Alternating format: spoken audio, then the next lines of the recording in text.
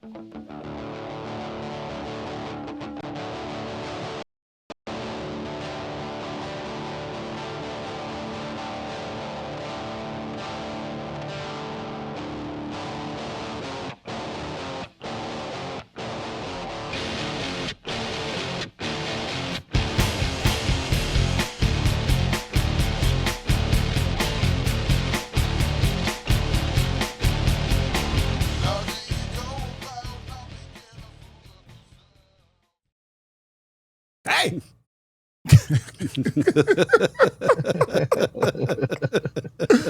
What are you doing? Hey, I stick my hand in fans for fun. You know what I mean?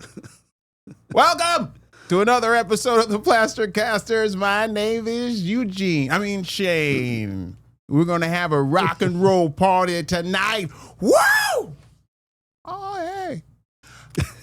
Over there is one Striano brother. The other one's on vacation with his beautiful wife, Joy. Vacation. Steven Striano. Hello, hello, once again. This guy with no Chris. No Chris. Chris is gone. But we got somebody else here tonight, don't we? We got ourselves somebody else to take his place. We do. Yes, but first, get a load of this dude. It's the Smirk Alert, Derek Smirky. How you doing? Let's get this party started. Yeah. And back by popular demand. Black by popular demand. Wait a minute, he's not black, is he? No. Oh, that's me? Not that I know of. That's me. That's me. Once again, from parts unknown, it is the P. Severio Pizzanelli. Woo! Wow! What's going on, everybody? Look at this dude. Look at this guy. He's back. He's How back. I missed you? How I missed you? Yes. Look at this guy. And then Chris is off somewhere partying it up. Yes, he is. What a jerk. On the other side of the United States. I'm going to get him when he comes back. Let's all beat him when he comes back. Absolutely. Right on camera. As soon as we start, Yeah. we just pummel him. Mm-hmm. Let's do it. All right. This episode is episode 21, Smirk. 21. It's entitled, Our Heater's Broke and We're So Tired. Need That's it. some fuel to build a fire. We're saying, All right. We're gonna get sued. All right, we have a project that I fumbled up in the text thread earlier this week, but we got it all on track. Everybody wrote everything down because this is going to be an interesting one. Gonna be interesting. Now, after the solo records of our favorite group, Kiss, they put out Dynasty, Put out Dynasty. and then people were giving them flack. Yeah. Because they said it's a disco album, this or that, Flea Flew and Schmur, right, Quan? Mm-hmm. So I said this.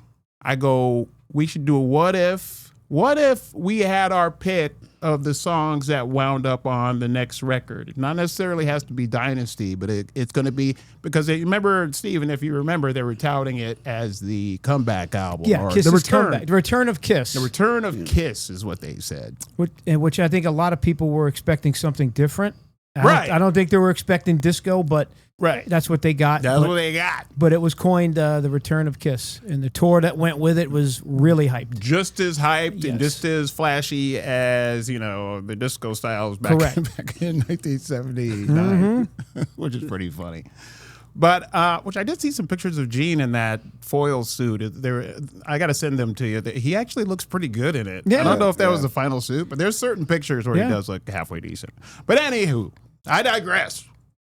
So I said, let's take all the tunes that they made after Dynasty, or before Dynasty came out. Let's just say they wrote every tune we ever heard, and it took them 15 years to put out a new record. They have not a fan left, except for us 4 or 5. When Chris sees this, and Pete dude that commented to us in the comments. And he's still with us. He's still with us. us. God, it's a great guy. And I said, let's make our own album just based on every song that was released after the solo records, including Dynasty. If you want to put a Dynasty tune on your album, you can.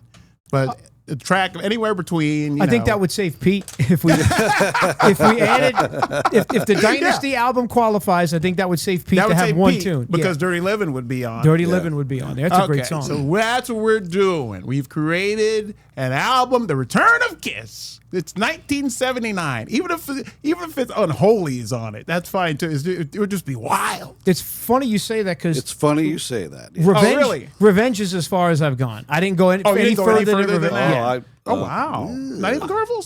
I could have, but How far did you go? Sonic Boom. Oh, all right, we'll find out. Yeah, right. Nobody's perfect. Their careers really would have been over if they put nobody's perfect on it. All right, who wants to go first? Steven. Well, I mean, they had a lot of great songs. I kind of, like I said, I limited it to 1992. I didn't go further than 92. Okay. I think Creatures of the Night, the song, embodies them as a band. I think it really, it's basically a song that says, this is who we are, and this is who we relate to. Right. So I think Creatures of the Night would be the opening song off whatever that album is, whatever that comeback album should have been. Creatures of the Night, most definitely. I know because Steven, they play mostly Creatures of the Night Yes. on most of these. Yes, you they know do. what I mean? Right, yeah. After that, they played a ton of Creatures of the Night songs, Right. even though it wasn't this big, super hit. Right. All right, go ahead. And I think Gene at his best, Creatures of the Night and Lick It Up, it was two fine albums for Gene, but Rock and Roll Hell should follow that up immediately. That would be dope. Yeah. Imagine Creatures ending and then Rock and Roll Hell starting. Yeah. On a record. yeah. Cool. That's amazing. I think The Oath should be on that album.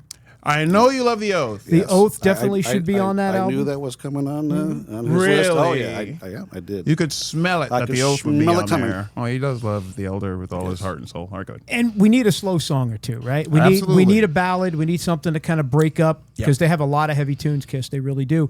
How about I Still Love You from Creatures of the Night? That would be dope as well. And you're on Creatures heavy. well, and I'm starting there, and then I'm gonna go on from there. I kind of went in chronological order. Oh, okay, that's fine. Then let's kind of so let's stay in the same realm. How about 1,000,000 to 1? See, that would be fine. Yeah. That'd be good. That would be 1,000,000 a to 1. fine song. And Paul is kind of hard to top. He really is. When it comes to writing songs, when it comes to the best Kiss songs, Paul is kind of hard to top, especially in the late 70s, early 80s. He kind of owned that. Oh, yeah, that was his realm. He man. had some competition in the 70s with Gene because Gene had a lot of great songs in the 70s. But if you're going to go late 70s to like early to mid 80s, that was all Paul. Dude, you know for what I mean? real. And Pretty much. For better or worse, Yeah. though, right? Yeah, Like, yeah. I've had enough. I've had enough. excellent. Great song. Should be on That's on my album. Yeah. I'll tell you that right now. Very good. Heaven's on Fire. All right. Let's keep going.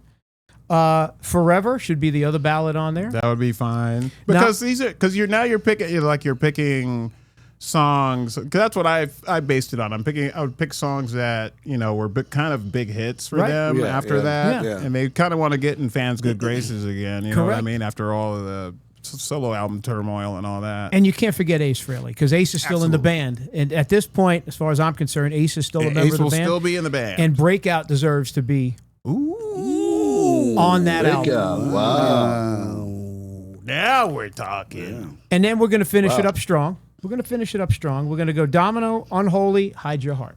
Okay, great. Okay. Yeah. See, this is what I'm talking about. Yeah. It would be, and everybody would dig it. Like Right. that would be an album you could easily dig. And you know? I I stuck would with listen to that record. I would. yes. Yeah. Absolutely. And I stuck with the average album length of 12 songs. Those are my Okay. 12 picks. That's what I think should have been on the ultimate, say, Kiss album. If, like Shane says, if they were gone for 15 years and they had written all these songs, these would have been the pick of the litter, as far as I'm concerned. That's a good pick of the litter. Yeah. Kwani. I mean, come on. So good. All right, Smirky. Well, I went in chronological order to begin with, but then I switched it around a little bit. Okay. So I did start with Creatures of the Night as well. That's a great opening song. Yeah, It great is. opening song. So after that, Unholy, right That would be off the bat, insane. just Creatures, then Unholy. Yeah. Young. Was that? Oh, Were you- No, I just said, man. I mean, dude, that would be great. so I got 10, and I switched them around to make an album. All right. So number 3, Creatures Unholy. Young and Wasted, Oh. Yeah. and at number 4, Who Wants to Be Lonely. Yeah, that's great. Okay. Yeah, so See, popular like- song that gets you back. Chris would be proud. Yeah, You'd get a smile out of He'd be Chris. smiling from Yes. ear to ear Yes, right now. you would. at number 6 would be Heaven's on Fire. Mm-hmm. Coming in at number 6, While the City Sleeps. That's a great one as Okay. well. And then Ooh. So you're going straight. Overlooked I know one. that's a great one. So you're going because I agree that there has to be a Gene tune on there Yeah. that you know what I mean, like While the City Sleeps or Naked City Right. or something to that effect. When it comes to Gene songs, sometimes they're perfect as being that one that's nestled in there. right, right. That just hits the spot when you listen to the record. See, for me, World Without Heroes almost that would have made been Yeah, nice. that would have been nice the too list. as well. Almost. Oh, that would have been nice. All right, go So ahead. of course, number 7 would be Not for the Innocent. Oh, very nice. I thought you'd have more Ace on here. Well, you know what? I didn't go there. I mean, I just wanted to what we would hear. Okay. Number 8, Naked City. Beautiful. Right after Naked City, I go Forever, All right. and then number 10, I Confess. Oh, Okay, so you went- for an You ending went tune. Carnival. That's great. Ending tune, yeah. You went Carnival. All Yeah, right. I did, yeah. For an ending song, that's great because Yeah. the way that song ends, it could possibly be an ending tune. So that's what I sure. wanted to do, is kind of like a beginning and an end, Yeah. kind of chronological there. Oh, fantastic! See, this is a great idea. Yeah, definitely. When Am I it was, crazy? when it was explained properly. Yeah. Well, yeah. Once I explained it properly, where people could understand what the hell I was talking about, then On paper, you sounded crazy. Yeah, I On sounded- paper, you sounded crazy. No, he like did. a lunatic. I wound up with 3 different It lists turned and out going, okay. all right, PG, go ahead. When I read this idea, I was like, "Oh my god, this guy is crazy." Okay, but it turns out you're okay. You're like, I'm not going back on that All horrible right. idea. Get this man on some pills. God's sakes. All right. Go ahead. So here's what I did. Now I operated under the pretense that this album wasn't 15 years in the making. This album still came out in 1979, Okay. and so by that logic, I tried to compile a track list that conceivably could have been written in 1979, even though some of the tunes are much yeah. newer. Yeah. So I think I went crazy. No, No. this and I kept some of the songs from Dynasty because I think that is has the skeleton of a good album. Yeah. Production aside and all that, I think there were some solid tunes on there, and I don't think that you need to throw the whole thing out No. just because it's Dynasty. Of course not. No, You know, no. so I kept some tunes off it, man. First song I have is Magic Touch. Ooh. Coming out in 1979, I think that would have hit hard. The first salvo of Magic Touch is pretty fucking cool. I love that song. No matter what you do with it, it's a great. Yeah, tune. me too. Same here. Let's see, what do I got? Number two, I got Naked City. Very Yeah, nice. very nice. That'd be a great. No, that'd be a Naked great City. second Yeah, tune. second tune, yeah. okay. Yeah, I see where you're going with Magic this. Touch and Naked City. If you can hear in your head how Magic Touch ends and how Naked City begins, Yes. I think that would be a cool Yeah. bridge. Number 3, I got Hard Times. Another one I kept Very nice. off of which Dynasty. I almost kept Hard Times Yeah. as well. Yeah, because my thinking is 1979. Ace is coming off a stellar performance with his solo album and stuff, and he's really, he's the hot one out of the four. At that I know. At that He point, he is. deserves. Yeah. Yeah, That point He is. deserves at least one or two songs off on this record, I think. that's what I thought. That's what I All thought right. as well when I put my list together. That's why I was shocked that Smirky Yeah, didn't. Well, I don't know why I just kept them off. I just went with what I. Yeah, what I had, yeah. still no Yeah. problem. Go ahead. I threw one on there. Yeah. Yeah. A little bit of credit. Yeah, I tried to structure it as like a classic Kiss record with the apportioned songs to Paul, and Gene gets his Right. few songs, and then you'll see. Anyway, All right, hit it. where did I leave off? Hard times. All right, number 4. I got Oh, I love you, Let me Peace. see here.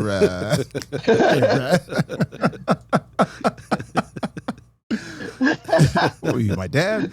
Still like Percy there for Dirty Living. Dirty Living. I got number There 4. you go. Because it's still 1979, and Pete still gets his song on the album. Absolutely. Yeah.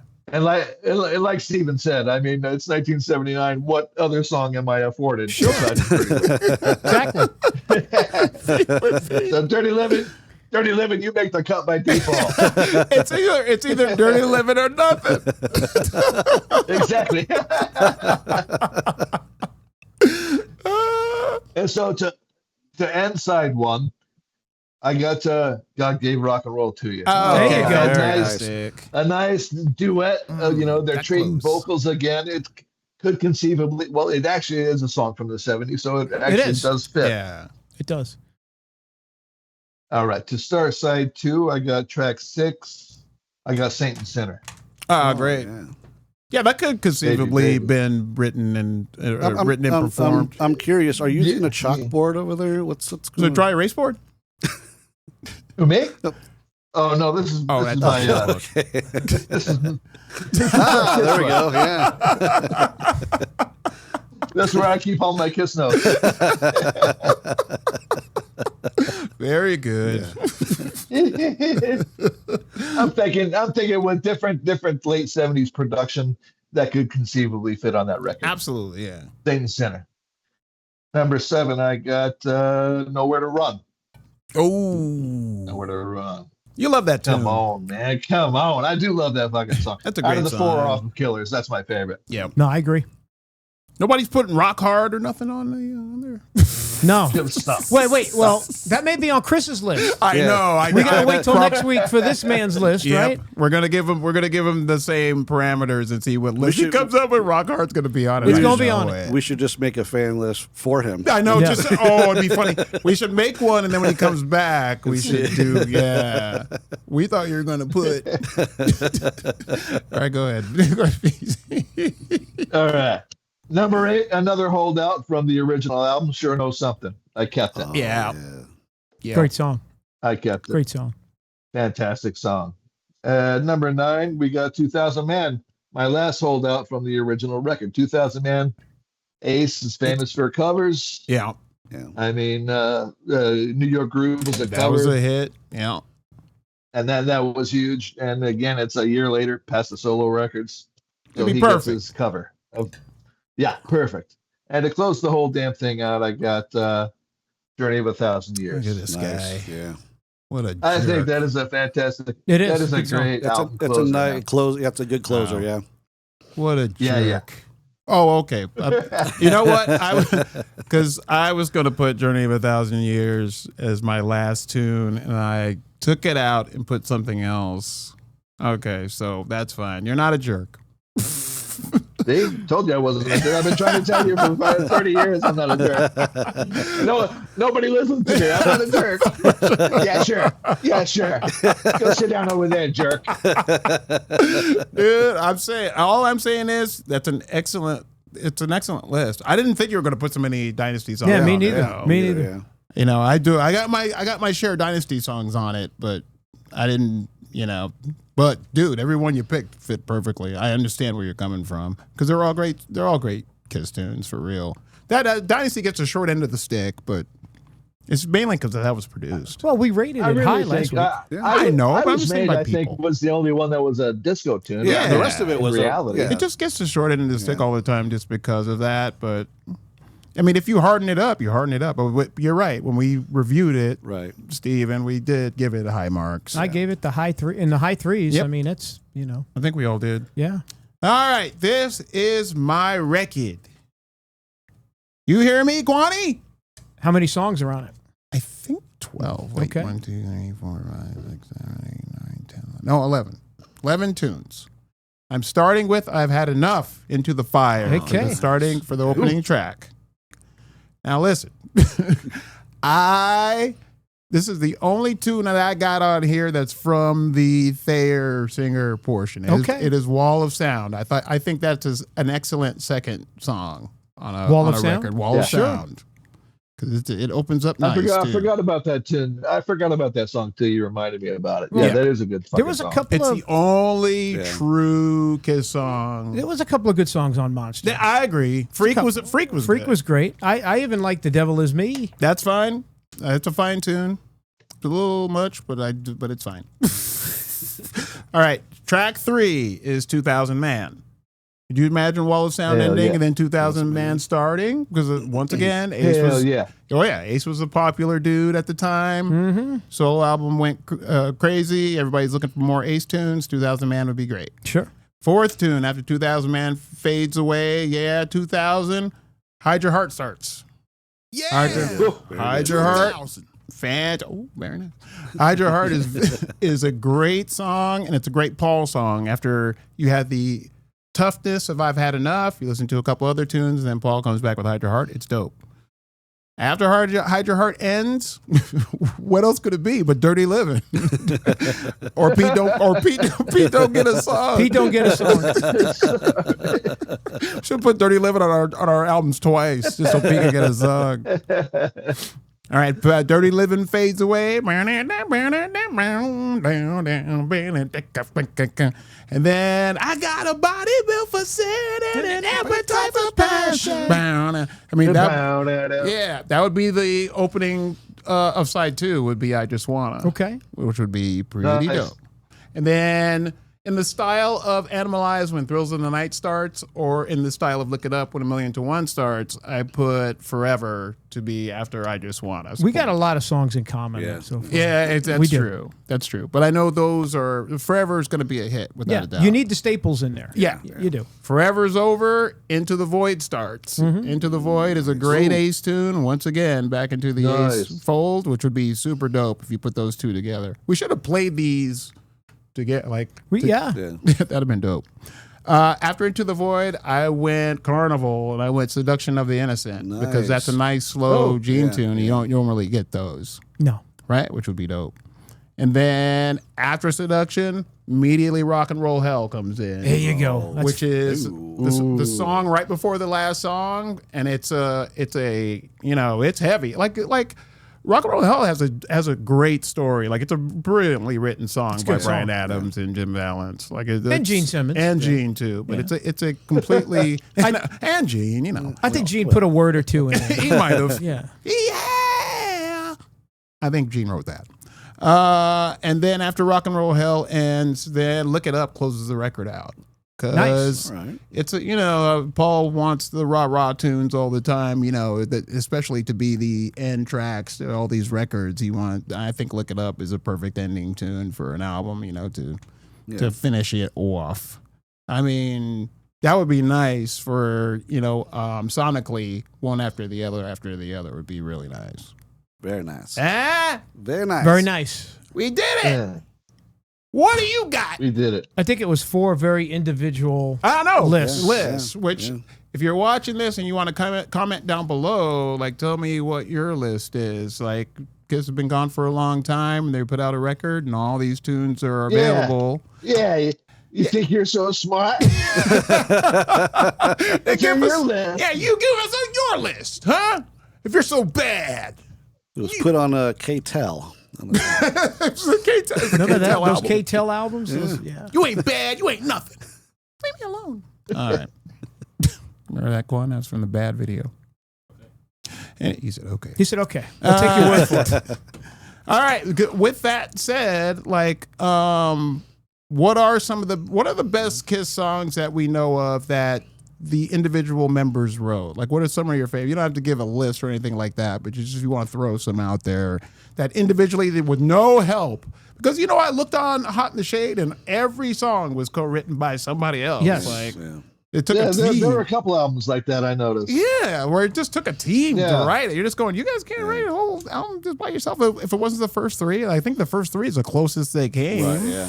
Yes. You know the what I first 3 mean? albums there was no outside writing at all. Right. Smirky, what you got? I think Stephen Cornell, was Yeah. maybe. Because Yeah. the only one. I think because of Wicked Lester, he Yeah. co-wrote Co-wrote She. The Wicked She. Lester, yeah. Whole gin. Yeah, absolutely. Yeah. Just anything, like I said, anything from the original. Right.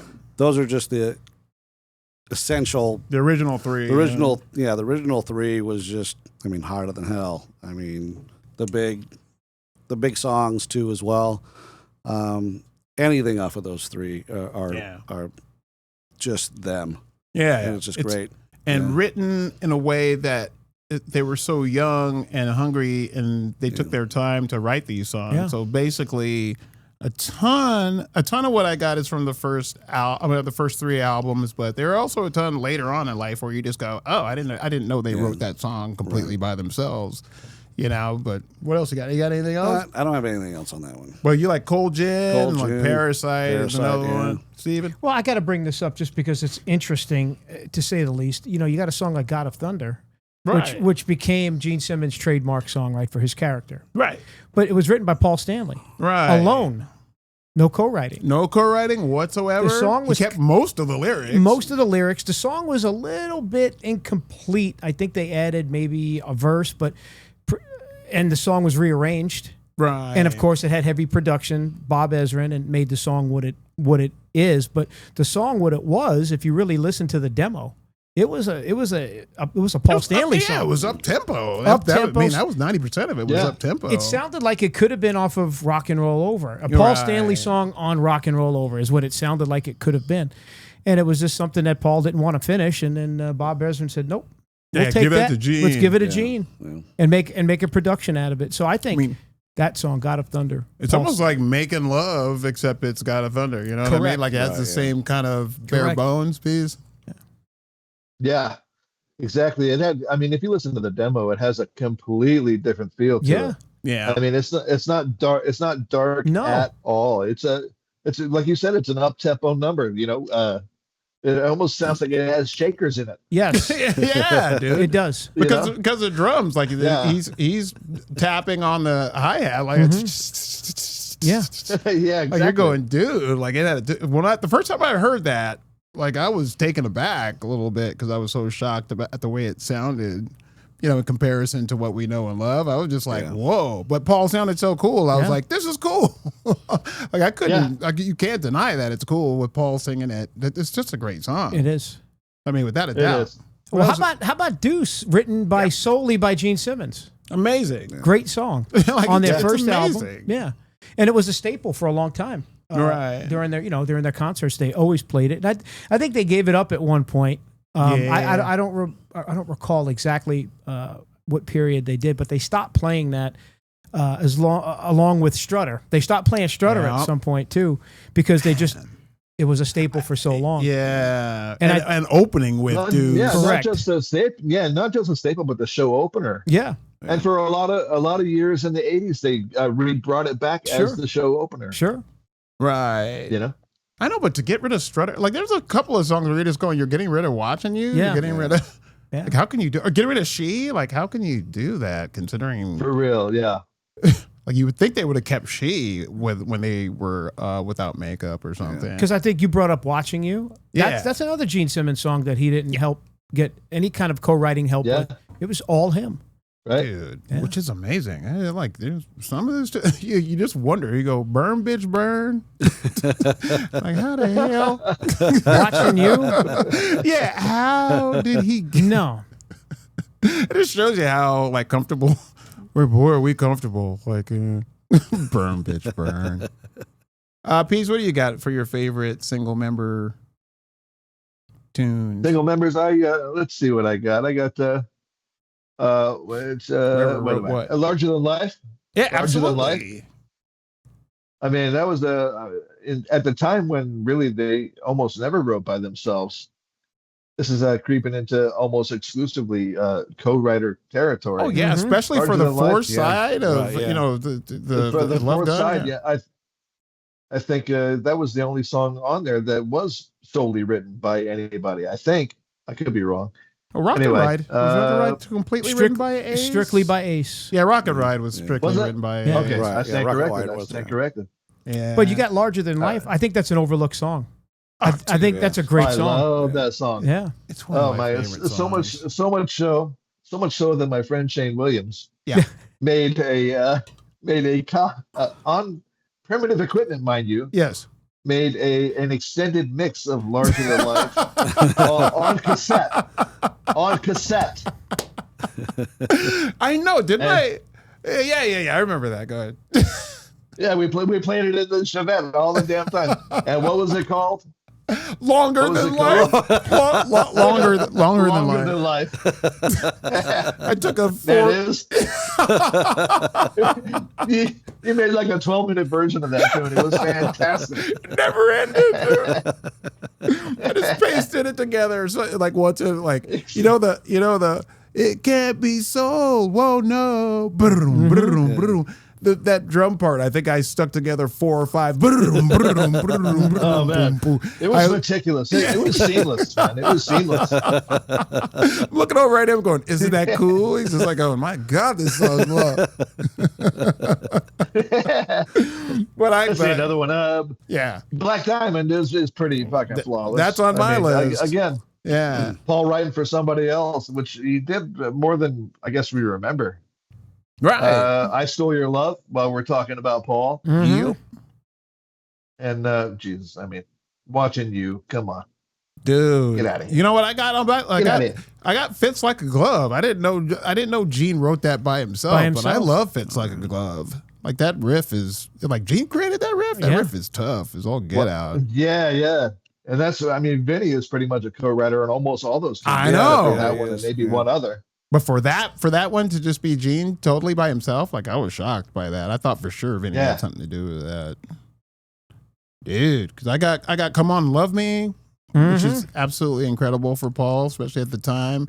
Deuce, Parasite, Cold Gin that we talked about. I got Shock Me, of course. Of course. Yeah. Dude, come on. So Your Love, of course. Black Diamond, like we said. And then Journey of a Thousand Years with just Gene as well. Mm-hmm. Which is great. I thought for sure I Confess was just Gene, and then I saw that it's Gene and somebody. I can't remember who. What about We Are One? Is that solely written by Gene as well? I think it may be. It can't be. You may be right. Really? I think. I have a hunch off of Psycho Circus. I think that was solely Gene. Right, hold on. Let me quickly talk amongst yourselves. Talk amongst yourselves. Yeah, it's just Gene. Yeah. We Are One. Yeah. Well, I'll be damned. Yeah. That is a great song as well. Great song. Chris doesn't like it, but he's out of his mind because all the Gene songs on that record are great. They are. Within's great. Journey of a Thousand Years is great. We Are One's great. Like, I know he hates the record except for Dreamin', I think. I think Dreamin' is the only tune that he does like. Yeah. Well, Dreamin', they got in trouble for that. How come?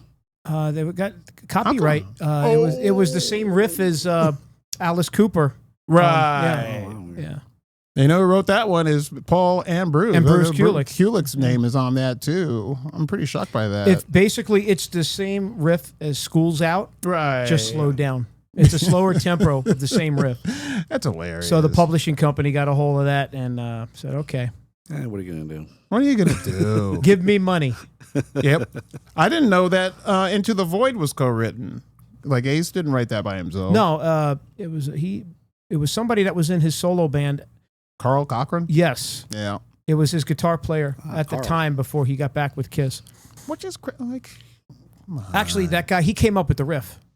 Oh, did he really? Yes. Carl Cochran came up with the riff. It was his riff. That's a good riff. Yeah. But that's definitely an Ace riff. Definitely an Ace riff, sure. Yeah. For sure. All right, moving on. Unless somebody has anything else to say about this. Anything else to say? Going once. Going twice. I got a question for everybody here. All right. Now, the makeup days were especially... I can't talk tonight. I think I'm already drunk. Maybe you haven't had enough, truly. One more. And I'll be done forever. I promise. The makeup days were especially memorable for the fact that Bill Aucoin thought it'd be a great idea for the band members to hide their faces. Who remembers that? I remember it. That's pretty wild. I remember that. Yeah. Do we think it was a good idea for them to do that, or would you? You know what I mean? I think for marketing purposes, it was a great idea. I think it was a good idea too, as well. Yeah. I mean, at the time, you know, when this whole impressionable kids, being kids and seeing that, it's a mystique. I mean, we've always seen them with their makeup on, so it's kind of, just like Slipknot. You haven't really seen them That is true. for the longest time. They're always behind their masks, so you would always just see them with their mask or without it. They would never show it. Same thing with Kiss, having the handkerchief, having it covered the up. hand in front of the face was always cool. I think it was great. Yeah, it was good marketing. The mystique was good. But then, when they came out, it was kind of, You were disappointed. Yeah, it's like, oh my God. But then again, in Paul's book, he used to say that he used to walk around all the time like they used to look like they were in Kiss already because they were 6'5" dudes all Blue, walking black around. hair. Right, exactly. Yeah, like they were wearing the regular. Well, they had kind of high-heeled boots on as it was. Yeah. And tight jeans and whatnot. Pease, what do you think? You think it was the greatest thing they ever did? I thought it was a stroke of fucking genius. Yep. I do.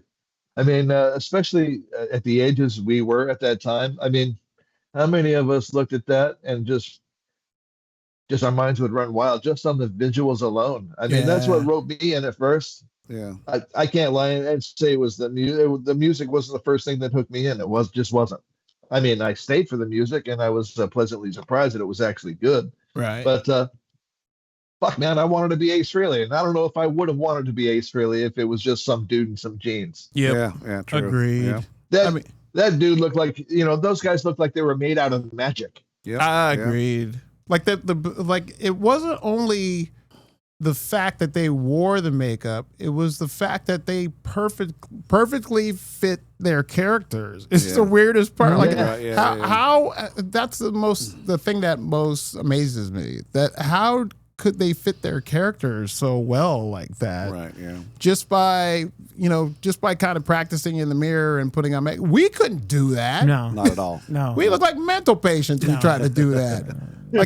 Ace meticulously put that makeup on every single night, and it was absolutely perfect the way he did it. It was lightning in a bottle. Yeah, dude. Pete looked amazing in his makeup. Capturing lightning in a bottle is what it was. I mean, if you put the star on Pete, he ain't gonna look right. No, not at all. If you change their makeup around, it wouldn't look good on any other member. Nope. You know what I mean? Nope. It only looks good on that person who invented it. I know, and then who created it. Please, Gene, you got to be kidding me. Right. Like his makeup was perfect for his head. Yeah. I put Gene's makeup on Peter Criss. Impossible. No. Wouldn't work. Impossible, yeah. I mean, scary. Yeah. Scared the boots off of me, man. Yeah. When I was a kid. And I couldn't look away. The fact he has a long tongue to boot. Right. It's insane. Right. Just insane. It is. Man. And they get to be the most famous motherfuckers there are and walk around on the street and be unhassled. I know, It's a genius move on their part, too. I agreed. But there's after a while you see so many pictures of them without makeup. Well, now, it's so hard to believe. It kind of took on a new life. You know, it was. I mean, I hate to say it, but after '95, it became a nostalgia act. It really did. Everybody wanted to see him back in the makeup. Yes, it was no longer a mystique. It wasn't hiding or protecting their identities anymore. But in the beginning, how it started, it was clever marketing because my parents, who really didn't care for the music. I mean, they let me listen to whatever I wanted, which I'm grateful for that. Absolutely. They never stopped me from listening to anything. Too. But they were not into their music, but they wanted to know what they looked like without their makeup. Really? My parents, Even they were Even they were kind of like, what's going on here? What is behind the makeup? What are these guys all about? It was kind of an allure, whether you like the music or not. So from a marketing standpoint, it was something that was just, like P says, it was genius. Yeah, and you got to credit that to Bill Aucoin because that was Bill Aucoin's idea. That was their manager's idea to keep it keep it, keep their anonymity, to keep their faces hidden. That's so great. Yeah. What are you gonna say, Pete? I mean, you dudes remember when Ace finally he put out that PV ad and Circus Mag, all the rock magazines, and it was the first time that anyone seen him without makeup, fully in like a. Yeah. And people were like carrying that magazine around. I remember going to school and like half a dozen of my friends had that magazine. Dude, you see what Ace looks like without makeup? Check this out. It was a topic of conversation. It was a huge thing. Yeah. Mark, you remember we went to the same school? Yeah, absolutely. I remember, I mean, it's incredible that the idea to do that, and they're going out. They're still going out. What makes it even wilder is they're still going out and hanging out. They're just literally holding napkins up to your face. It's absolutely nuts. But dude, you're right. It worked completely to perfection. Yeah, it worked in their favor, especially in the beginning, because it was just another element to their whole persona deal. It was just another fraction of what they were all about. And you know what I mean? They were made up of so many different things. There were their individual characters, then there was their individual costumes, then there was their stage show, then it was nobody knew what they looked like without makeup. So it was just another piece of a very big puzzle that they were putting together. And it was extraordinary. I mean, you couldn't have planned to do it any better than that. With those four guys. No other band had that. No other band had that. No. Also, I think we're turning Quan. I think Quan wants to listen to Kiss. Now he's it's on his playlist. I think the only thing he's listening to is Eugene at this point. That's the only thing he really loves is Eugene. He can listen to that 1,000 times over, Eugene. I think I could too. I know, for God, we all could. But yeah, you're right. This is to close it. This is the reason we dug this band. Mm-hmm. Is for stuff like that. Yeah. The whole mystique of it. Yeah. From that to their logo to there's probably not a thing about them that wasn't cool to us especially at the beginning. Like everything about them was cool. Well, you remember that toy in the 70s, Light Bright? Yeah. How it used to come with the stencils. Yep. And you used to basically put the pegs in. Yep. And it used to, match the stencils, and then you would turn the light on and it would give you a picture of a house or a tree. Yeah. Well, I used to do the Kiss logo. Oh, absolutely, yeah. And turn the light on, and I used to do it in different colors, but that's the only strangely enough, I still have the original one. Do you really? The original Light Bright? In the box, yep. Wow. Are you serious? I'm dead serious. It works? It Holy works. shit. It's in the box. I'll be over after the show. You still got your easy bake oven too. Oh, right? that's right. That's right behind it, actually. Those brownies are immaculate. Delicious. Silly putty. He's got a Stretch Armstrong doll. I used to have Stretch Armstrong. I didn't have the Stretch Armstrong. I had the green. It was the green monster. Yeah. I had that guy. I had the Stretch Armstrong, and then I played with it till the jelly came out from the arms, and then it was done. Yeah. Destroyed it. Real good, Steve. Yeah. Destroyed Stretch Armstrong. How dare you? All right, moving on. I want to know. You would think I would have did it a little longer or something than I want to know. I want to know. All right, that's fine.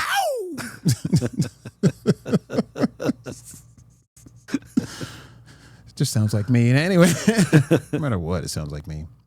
All right, moving on. We're going to take a look back at a concert VHS tape. Which is this on DVD now, Peace? What's that? Animalize Live and Uncensored. I have it on DVD. All right, you do have it on DVD. I have it on I went DVD. to your house and watched it. Yes, you did. It was not too long ago, too. Absolutely, that's right. Is it an official DVD, Steve? Yeah, absolutely. Or is it like is it? No, really? it's an official DVD. Shit. Yeah. Okay. Yes. I need to borrow that. Yeah, I'll let you. I'll bring it in next week. Bring it in next week. I need to borrow and watch it again. But we're going to talk about Animalize Live and Uncensored. Was this a good idea to put out in 1984 to show everybody that they can still rock and roll? What do you think, Smirky? Yes. Moving on. So very, just heavy. Yeah. The only, of course, at that time, that's when Gene was kind of doing his. He had to do something. Yeah, so he had like the kind of a movie hair. Yeah, it's kind of he was doing. It's a wig, right? It's a wig. Yeah. It's a wig. So, but it was someone call it a wig. It was a great show. I just remember, of course, it's my first show that I went to, of course, at the Aladdin.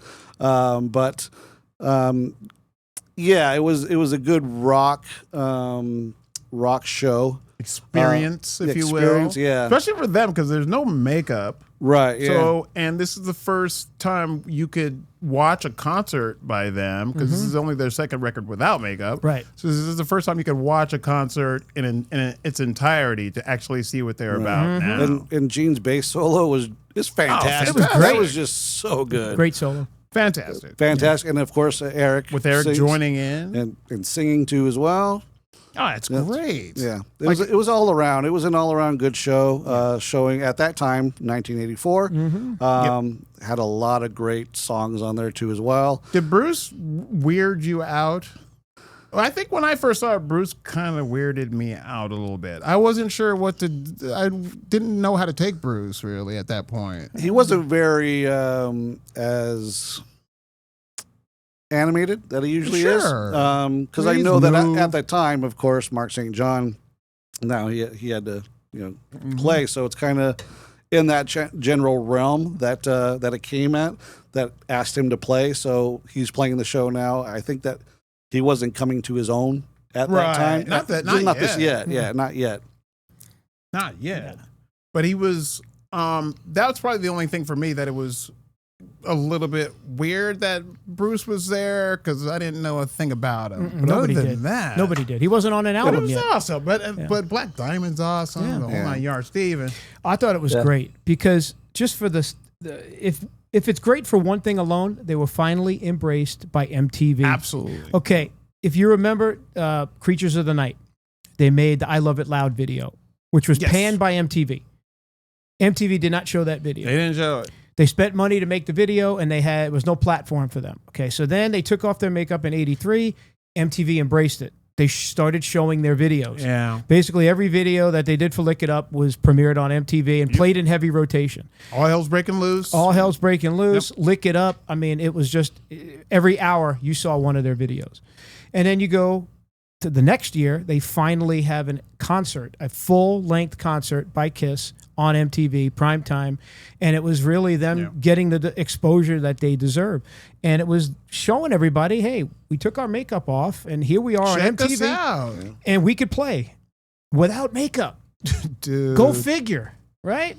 It was like in that concert I learned not learn, but I learned every part of that concert. I can probably quote every part of that concert like it's alive. Yeah. And that's how much we watched it, right, Pease? Like we watched it a ton. And now they're playing with two top-notch players. They got Eric Carr on drums, and they got Bruce Kulick, who's a shredder, who's playing within the confines of what Kiss does, but he's also a shredder in his own right. So, I mean, my most favorite package of Kiss, non-makeup, and we discussed this before, is with Bruce and Eric Carr. Yep. Yeah. And here they are on MTV with no makeup, just doing their thing. And like Smirk said, the package of songs that they put together, the song choices were up until that point. That set list was great. It was fantastic. Like Cold Gin. I like you know what I like? This is going to sound weird. I like when they do Cold Gin or something like that, and the Kiss lights are out. There's something about that. I like they pick when the lights come on. There's something about that I dig. Like I've always dug that type of thing, especially when in that show, like when the Kiss lights are off, just for a song or two, and then they turn them back on again. I think it's so dope. Yeah. Like what's your is it like a Peeps? Yeah, no, that I thought it was so cool. Again, like you said, We watched it a ton. it was the first time we watched it so much. A ton, dude. Gene's over there. Well, there's the man with the tongue. Dude. But before this point, we really didn't know what they what their package was without makeup. We only saw like little clips and pictures in magazines and shit like that, but we never really saw what they were like without the makeup on. And this is the first time for me. I didn't see the Lick It Up tour. I saw the Look It Up tour at Aladdin. Yeah, that's when that was the first concert I ever been to was Look It Up, and then I mean I saw it, but the Animalize Live Uncensored gives you a little something more. It gives you something more. Go ahead. I'm sorry I cut you off. Yeah. No. And aside from Gene looking silly in that wig, sure, and Bruce being Bruce being understandably uncomfortable. He was just a hired gun. He didn't know if he was just going to be there for the tour. He was just trying to get the songs right. Yeah. Yeah, exactly. And him holding his guitar like a ukulele didn't help. Holding it up so high. But aside from that, I thought it was cool.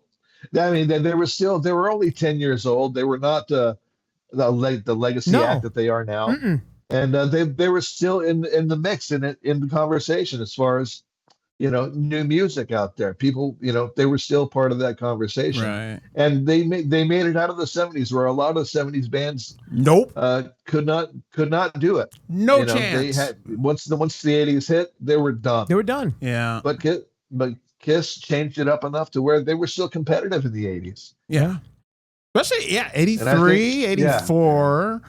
They made the videos. Like a lot of it was tough for a lot of acts to actually be doing videos. Right, yeah. Like Billy Joel always said he had a tough time doing videos, and there's certain acts like Pat Benatar. I was watching MTV Classic last night. Love is a Battlefield. I knew you were going to say that. I knew it. And she was just, I remember seeing an interview with her as I'm watching this video. I remember the interview with her just going, dude, I had to dance and do all this stuff. Like, it was wild. Like, Kiss actually were able to come out of that without makeup and actually make videos and make good videos. Right, and Paul, was extra Pauly, and Gene was, just doing his thing. You know what I mean? Like, it's pretty wild that they came out of that. But Animalize, Paul was absolutely incredible in that. Like, he was truly the front man that you would need in that situation when people are trying to get used to you, when they remember you as one thing, and then they come out and you put this video package together where they see you as another thing without makeup. He was absolutely incredible in that. He made the complete concert as usual, but this is why Paul was the most like his makeup persona. Outside of makeup, I thought. Yeah. Once they took the makeup off, I was like, that's still Paul. You still no matter what. Then you got Gene Simmons, right? Okay. You got him on stage wearing base makeup. Right. Wearing rouge on his cheeks. Absolutely. And eyeliner. Yeah. If somebody was to tell me this was the guy 7 years before that was on stage spitting fire and drooling blood, I would have never have known or guessed. Well, at least he was in black at that point. Right. The next year after Asylum comes out, he looks absolutely ridiculous. Yeah. Like, dude. It goes to show you, though, especially with the videos that they do, how natural they are. Right. They're personas too as well, but at the same time, doing these MTV videos, it just seems like it's a natural thing. Yeah, natural thing for them. Yeah, dude. Like, cause I had no problem with Gene and All Hell's Breaking Loose. I had no problem with him and Lick It Up. No. It started to get fuzzy during Tears of Falling because he really didn't know what to do with himself in Tears of Falling. But oh my god, it almost is like he needs to be in black at least. Like you need to at least try to. That was more of a flashy Bruce though. For that. Yeah. For the video. Yeah. Sure.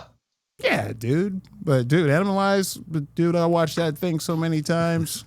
I can't tell you. I'm looking for Gene. I'm like, Gene's over there. She's like, well, there's the man with the tongue. See, we all we know it the same way I know Alive. I know at Animalize Live and Uncensored. And it's the introduction. Gene actually had his back towards the audience. With his arms folded. And then it was like a grand presentation of Gene. He turns around. My favorite, They have the longest goddamn tongue I've ever seen in my life. Yeah, and he's going, check me out, I'm Gene. It's like it was a big setup for him to turn around. Yeah. Hey. Well, here's a song about getting, what is it? Here's a song about getting into trouble and loving it. Loving it. This one's called Fits. Like, this is going to get in trouble and loving it. It's a song about getting in trouble and loving it. This song's called Getting into Trouble and Loving It. See, it's real fast before we go any further. Me and Smirky were in a band called The Devils You Know. And every song, beginning of every song, I would say exactly that. Here's a song about things that are great. The song is called That Was Great. People are going, what's wrong with this guy? It's like Paul loves to give these 4-minute introductions to a 3.5-minute song. Yeah. He loves it. And with the drum, boom, and boom, boom, and boom, boom. Right. Paul's prancing around. This song is shorter than his introduction. Yeah. That's funny. That is funny. All right, moving on. Does anybody have anything to say about Kenner's Animalize? Betty Crocker Easy Bake Mini Wave Oven. These 15 minutes, I thought one. There it is right there. There I am. Oh, Lord Almighty. There you go. He's holding the That's great. Betty Crocker Easy Bake Mini Wave Oven with Send that Betty to me Crocker mixes. From Kenner. Look at his face. Oh, Quan. It's perfect. Kwani, you've done it again. I can honestly say I played with both of those guys. Yeah, me too. Me too. Them and Shrinky Dinks. Remember Shrinky Dinks? Yeah, absolutely. Absolutely fantastic. Hell yeah. Hell yeah. All right, moving on. Kiss News. Oh, hey. Stanley Simmons releases yet another video called Lilith. Lilith. All right, dude. Okay. When is this album coming out, bro? That's number one. Number two, are they out of their minds? Like Yes, they I are. don't know what I don't know what they're doing. I didn't like this song, but who wants to go first here? I might as well Go first. I mean, Steven. I've given these guys a Lilith. lot of credit. Every time they've come up in topic, I've always given them credit. Sure. And I'm going to continue to give them They're credit. talented. They're talented guys. They're going with their influences, and I think they're trying too hard not to sound like their parents. right. I think they're trying I don't too know what they hard. are, They're yeah. trying too hard to kind of distance themselves from that Kiss 70s, 80s rock type of sound. And I think that's what they're doing. And I think they're trying too hard. I mean, there's nothing wrong with There's that. nothing but wrong with that. dude, like, And they're definitely going with their influences. I mean, it's another real bluesy solo by Yeah. Evan Stanley, which I think he plays guitar. a really nice. good guitar. Yeah. But, you know, how much of that are you going to do? I mean, I don't know. was I entertained? I think the video was kind of artsy. The video's nice. yeah. The video itself is nice. It was artsy video. I get it. They're they put a lot of visuals in there, and they put with the girl and then the explosions True. and then it. So there's a lot of visual reference in there, and like I said, it's kind of an artsy video. I don't know who directed it, I don't know either. but it was I'm so entertaining. disappointed by the song that. It was entertaining, but like you said, the song kind of was lacking a little bit. There's something odd about it. Yeah. It's odd. Most of the things they do is odd. It's not exactly hitting you over the head with any particular style or type of sound. Right. It's just them, and the next thing you know, it's over. Right. The only tune I really like is that slow one, the slow one they do. Well, this was And kind of slow. I know. I mean, the super slow one, they sound like Simon and Garfunkel. I Yeah. can't remember what the song's called, Pease. Do you remember? I don't. I don't remember. I don't. Yeah. I can't remember. But you're right. Yeah, that's our best song without a Totally doubt. Simon and Garfunkel. Yeah. But dude, like, And I kind of wish they'd kind of stick with that because it sounds like that's where their heart's at. Is more Yeah. down that vein. yeah. Yeah. They're sticking And to their they're- influences. They are. But see, Stephen, you're totally right. They're bending over backwards, not to sound like their dads. Right. Yeah. Even with And they both got good voices. They do. Evan's a hell of a guitar player. I just Yeah. the songwriting is not really up my alley. no, I even think that Nick is.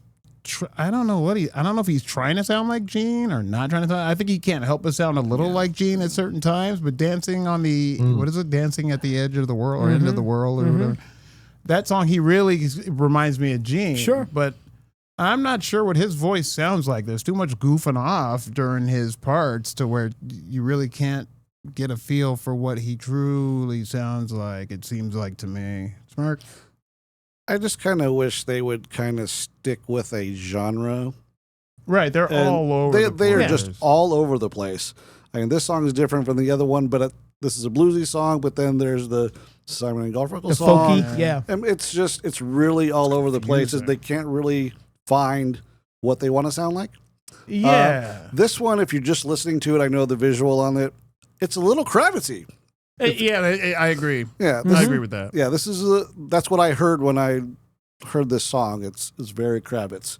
Kravitz-esque. Esque. Yeah. So it was all right. It's not their best one, but at the same time, that's what I heard when I heard the song.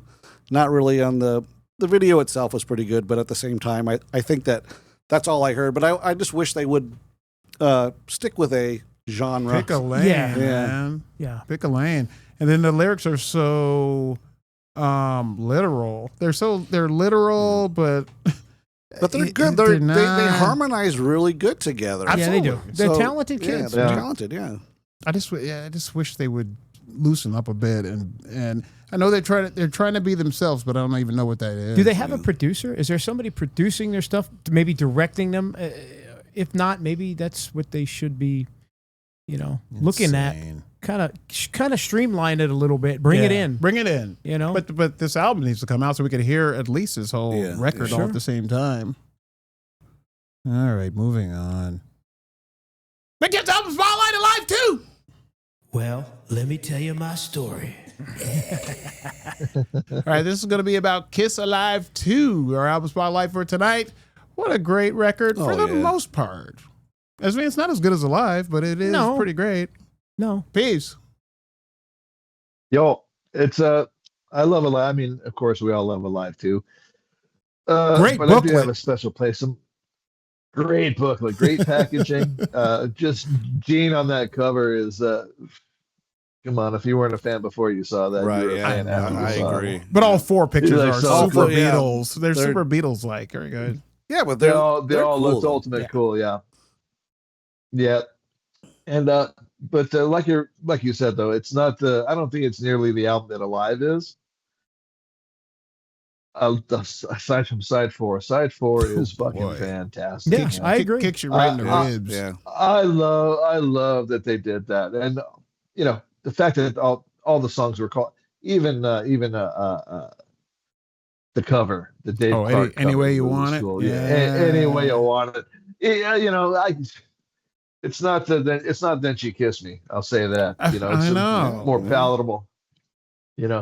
But like I said before, my first album was Love Gun. So Mm-hmm. this was the next same. one after Yeah, that. yeah. Same. So I was full steam ahead on the Kiss train, man. So I just ate this up with a spoon. Dude, that gatefold where you open it up and you see the Oh, actual yeah. stage and Oh, stuff, the you're stage just was like, awesome. bro, that was just absolutely beautiful. You got the drum riser. Yeah. Going So cool. listen, and going back, that's another thing, how photogenic they were. Right. I mean, every picture is absolute magic, no matter whose the picture is of, whether it's of Ace is Pete pointing. or Ace is pointing out. It's absolutely like it's going back to how everything just fits in its right place. The cover to Alive 2 is absolute magic. Yeah. Like Paul looks so cool, just as cool as Gene, Yep. but for a different reason. Just as cool as Yeah. Ace, for a different reason. And then Pete, they all look super, super cool. Steve. Right. I thought it was a great album. It was well done. And I like the fact that they did not repeat any of the songs that were on the first Alive. Yep. So basically, like Paul had said during a couple of different interviews, that they actually concocted, this was not an actual set list. They basically picked and choose these songs. Yeah. Because they omitted songs that were on the set list that were on the first Alive album, and they didn't want to have any repeats.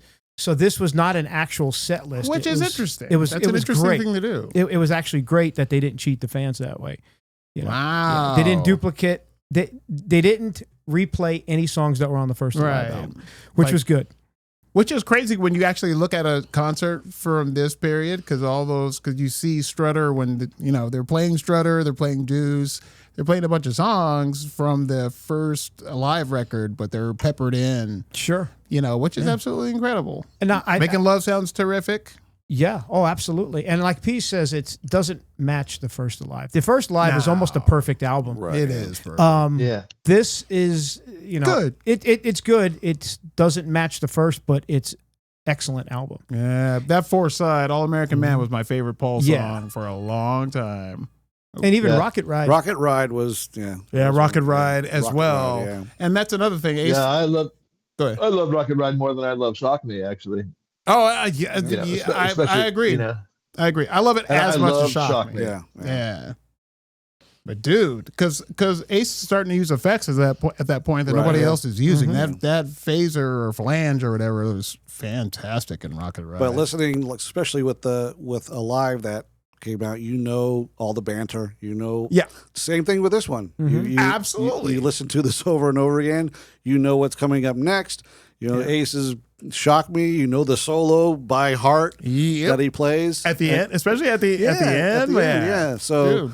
I mean, it's just one of those things too, as well. Another live one with what Steven said. They just don't repeat. It's what came out at that time, and that's what makes it great. And as far as like the nostalgia, the pictures alone. Oh yeah, the absolutely. four of them just glowing. It's like a glow. Gene is just so scary, and Ace with the blue coming out, and visually it was great too as well. It actually represented Kiss at their peak. Right. They were at that the pinnacle. evolution of Kiss booklet. Inside of it. 77, they were at their peak performance, peak look. I mean, their songs were great, and it was not too long after this where they started to kind of decline. I mean, it was the rise right before the fall. This album represents in Kiss's career. If you think about it. Absolutely. Because right after this, Double Platinum comes out. then it was the breakup rumors, and then their solo albums, and then Dynasty. Yeah. In that order. So if you ask me, Pete does look a little high on that record. On that little bit. The cover. A little bit. He looks high. Yeah. He's feeling pretty good. This here's a song about me wanting you. This song's called I Want You.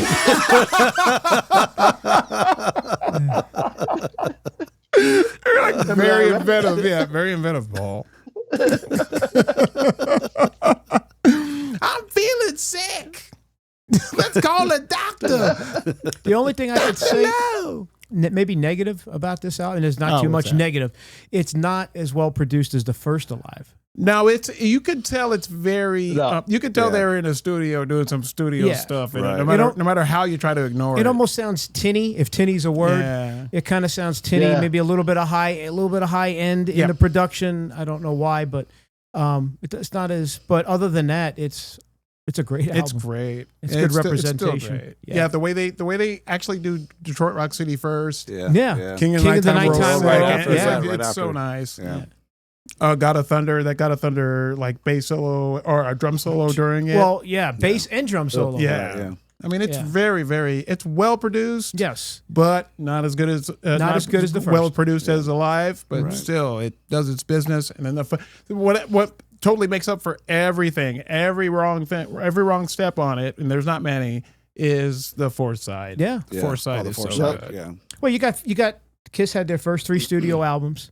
Yeah. And then the live album was a representation of their first 3 studio albums. Oh, yeah. Then Kiss put out another 3 studio albums, and Alive 2 represented the second 3. Perfect. Yeah. And it didn't, like I said, it didn't copy anything from their first. I mean, which it's a was great really idea. Cool. Yes, I thought it's a great idea. It was well done. And then once you get the booklet, once you get the fourth side, like I like Alive 2 a lot. Yeah. I like Alive 2. Not as much as Alive, but I like Alive 2 a lot. Steven, what do you give this record scale of 1 to 5? I give it 4 1/4. Very nice. I understand that totally, Peasy.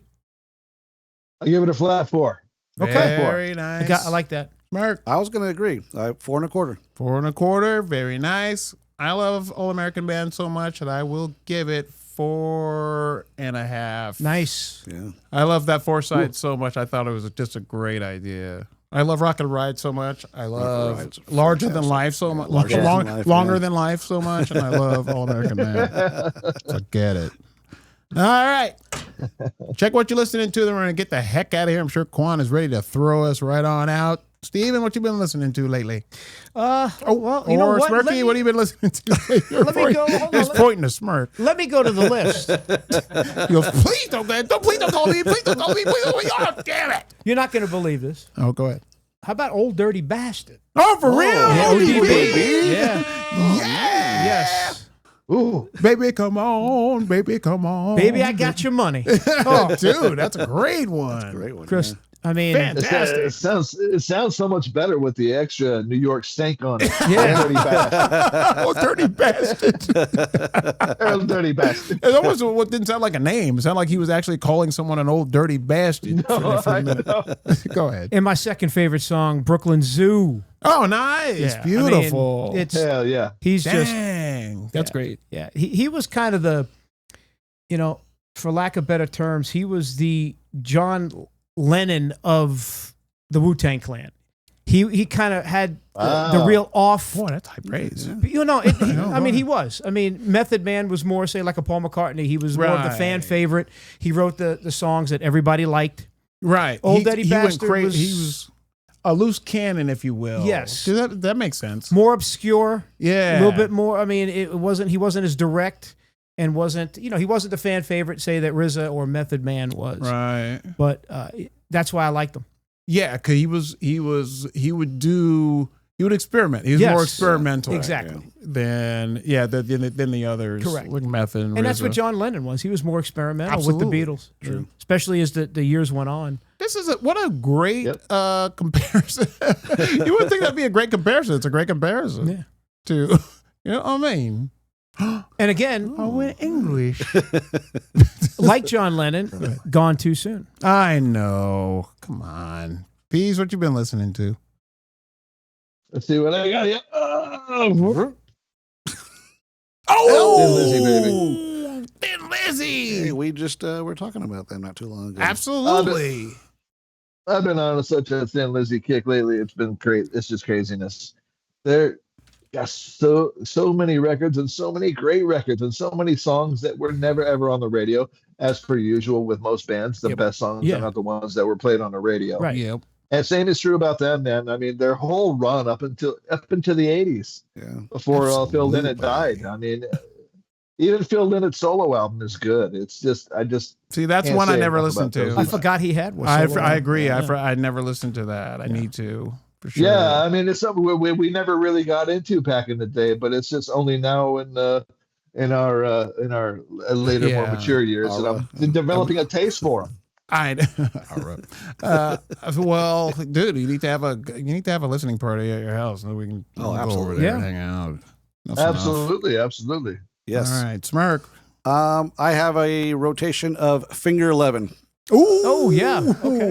So that's on nice. my shuffle list right now. Some Finger 11. Around, but I keep changing Oh, yeah, very and nice. losing ground. I love that song. Yeah. What's it called? This is Think I Should. What's that song called? I don't know their songs by names. I know if I hear it. Oh, That's okay. one of those bands. All right, so you've been doing nothing but Finger 11 lately? Well, yeah, it was just a shuffle on my for Finger 11, from the albums. Yeah. Fantastic. Dude, I've been getting into a band that our friend Quan Sonny has been getting me into lately. There's a band called Spirit Box that I've been listening to. They're good. Yeah. So good. Like I gave him a chance. Like, we've been switching back and forth bands to listen to, and he gave me Spirit Box, and he also gave me. I actually saw them live. Spirit Box. Did you really? Yeah, I think they. That chick's opened range up. is insane. Yes, she's awesome. I mean, it's insane. He gave me Spirit Box, and he gave me Pierce the Veil as well. Oh, My they're daughter good, too. was a big fan of Pierce the Veil. Grace has been on this show before. And I've been just listening to those. I mean, listening to full albums by them because he just swears by them that they're really good. And they have been really good. Yeah.